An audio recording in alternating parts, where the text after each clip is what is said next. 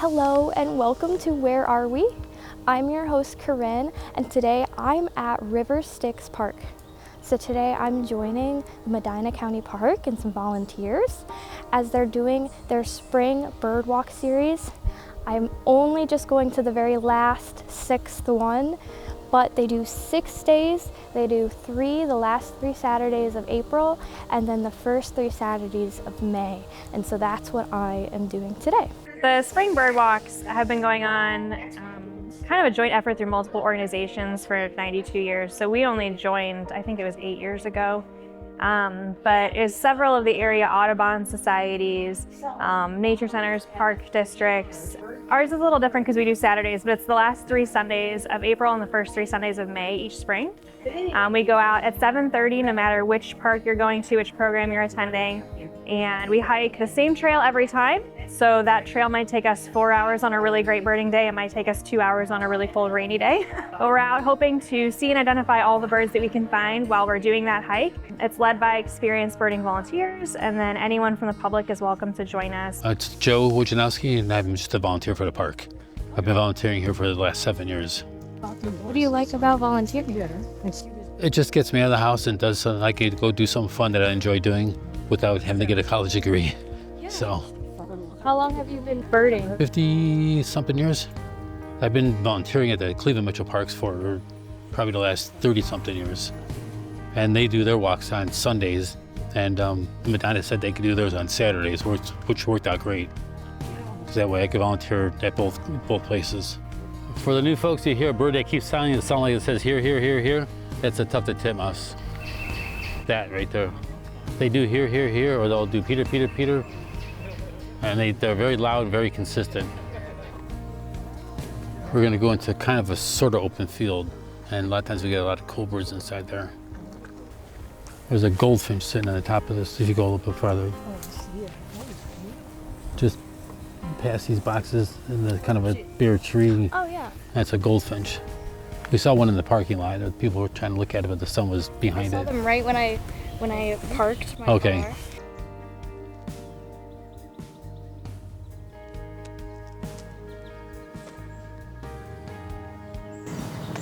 Are you waving bye to the birds? So those boxes are bluebird boxes. They were put up to attract bluebirds. But the tree swallows nest in there, and they're just as friendly and nice as the bluebirds are. Now the ones we don't want are house sparrows, because those are the one that kill the birds, so kill the eggs. So those are adult tree swallows flying around. It's unfortunate that gray skies don't show the colors very well. It's a citizen science project where they go through and they go every day at the same time and walk the same trail, and they catalog all their birds. This is the report for this year that we just finished up. So we compile the data, we keep track of how many of each of those we're seeing, and then when we're seeing them, so that we can kind of analyze trends over time. Since the inception, 92 years of birding data that we can look at to see different migratory trends over the years, how our birds are doing, if their migration patterns are changing, if they're coming earlier or later, if we're seeing birds now that we weren't before, or if maybe we're not seeing birds that we used to. And I keep track of stuff with an app called the eBird. Before we used to do handwritten checklists. And so now we kind of modernize and use eBird, which is great. Last week was 65 species. Normally I like to always try to beat the week previously, but to get 60 plus species today will be tough. So whatever we get, we'll be happy with it. So again, we've been doing this for less than a decade, but we've got a nice amount of data. This was a pretty good year for us, even though we had rain for I think at least half of our walks. So it's just a testament to our birding volunteers and our members of the public that have been helping us to go out and find those birds. How many things we found in spite of the rain. It's a scarlet tanager. It's a beautiful bird. The females are real pale yellow-green, so they blend in their nest. And most birds will never see them, like a hawk or something like that. Yeah, when I would move certain places, I think the branch was blocking him. Yeah, it's like in my camera, he's like he is pretty. behind the branch, under the branch, behind the branch. Yeah, you got it right there, though. Yeah. That's cool. Very nice.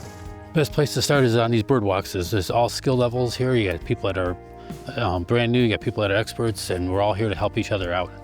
So even if you don't bring binoculars or have them, usually we have a couple of spare pairs that we can lend people, and we're more than happy to help point stuff out and show them people. So this way when they see it, they can learn it and hopefully and get a new hobbies that they have and come back and do it again. So a lot of these people I've seen before. Now today's got a big group of ones I haven't seen, but it's always nice to see new people coming in here. So. Started birding when I was a kid with Zim books, tiny little manuals. And then I just in the last 10 or 15 years is when I started going with the Audubon groups and learning a whole lot more about birds, because there were a lot of people around that knew a lot more than me.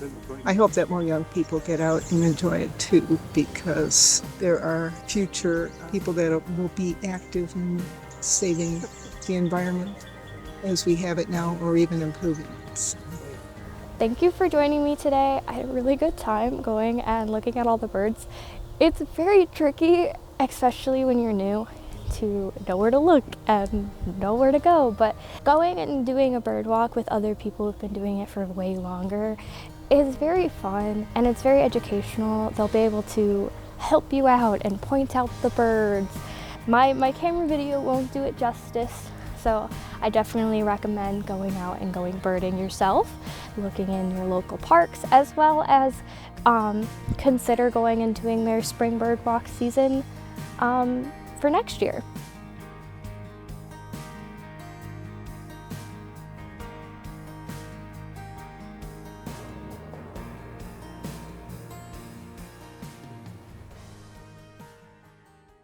It may feel difficult to stop smoking, vaping, or using other tobacco products, but with the Ohio Tobacco Quit Line, quitting is achievable. The Quit Line is a free program that guides you through your own individual quitting journey with zero judgment. When you're ready to start, call 1-800-QUIT-NOW or visit ohioquits.org for more information about the benefits of quitting smoking, vaping, or other tobacco products. There is no better time to quit, and we are here to help.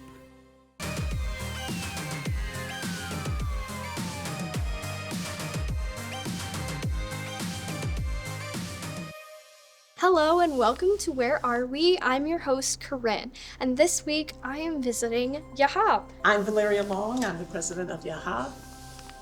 I'm Edwin Long. I'm vice president of YAHAB. YAHAB is the Hebrew word meaning to give. It's an acronym also about bringing the youth back, the acceptance, the hope, the accord, and buoying them up until they find their feet.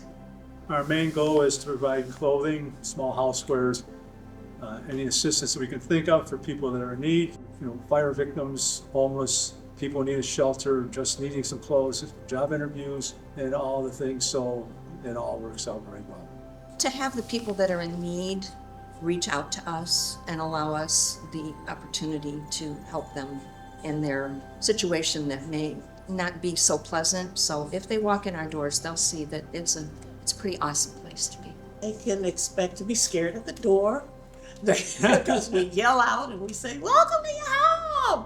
And some people did not like that, but most people do. After the initial shock, the reason I do that is because people are not seen anymore. You can go into a store and no one even acknowledges your presence. And I just think it's wrong on every level. So when they come here, we want them to know whether they're donating or whether they're getting clothing. We care about them. We say yes to them.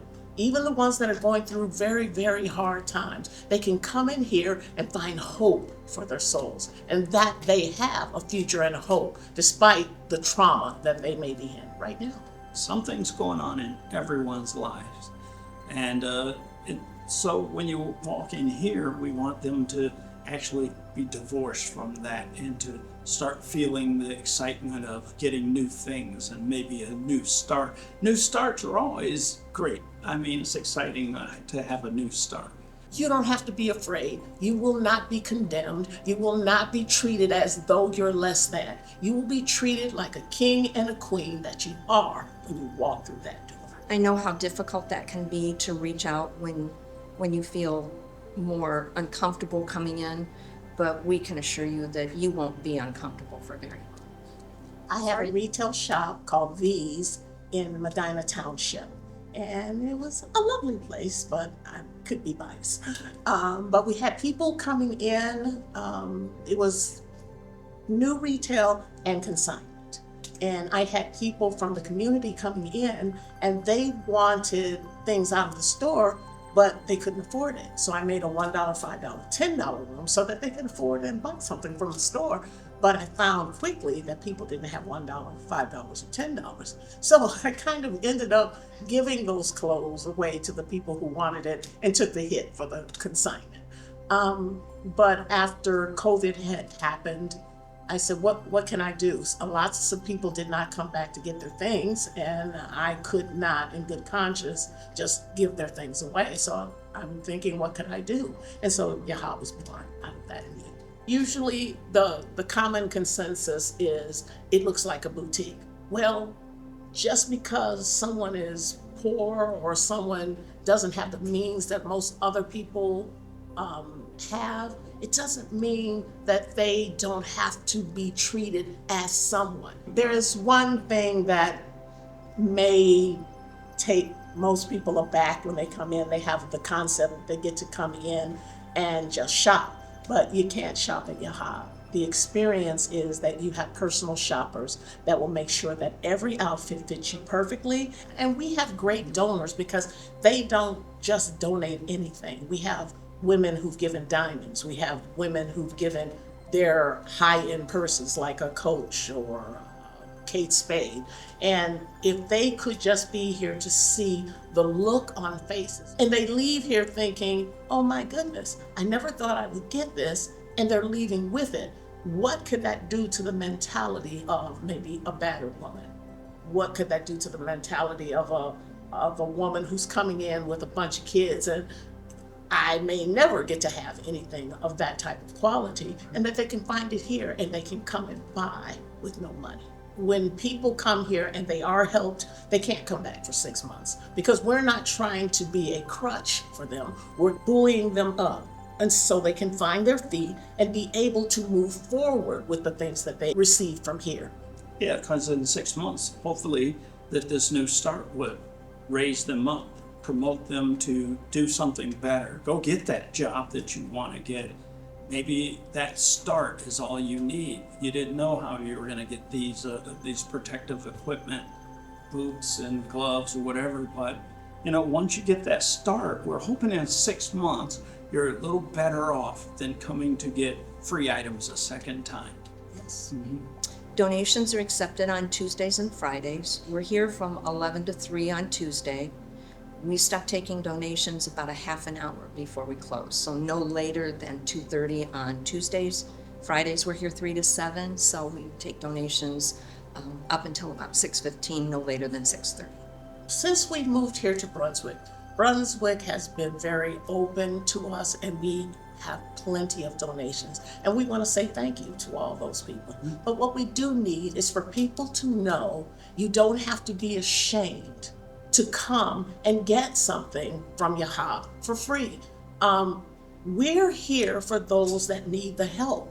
We're not just taking in donations just to sit here. We're looking for people who could use the help, no matter who it is. The children that are in the schools might need for the upcoming school year. There are a lot of people in need out in this area and surrounding areas that could certainly use and benefit from what we do here at YAHAB. I guess if there's anything, we could just get them to come in and partake of what we have available to them.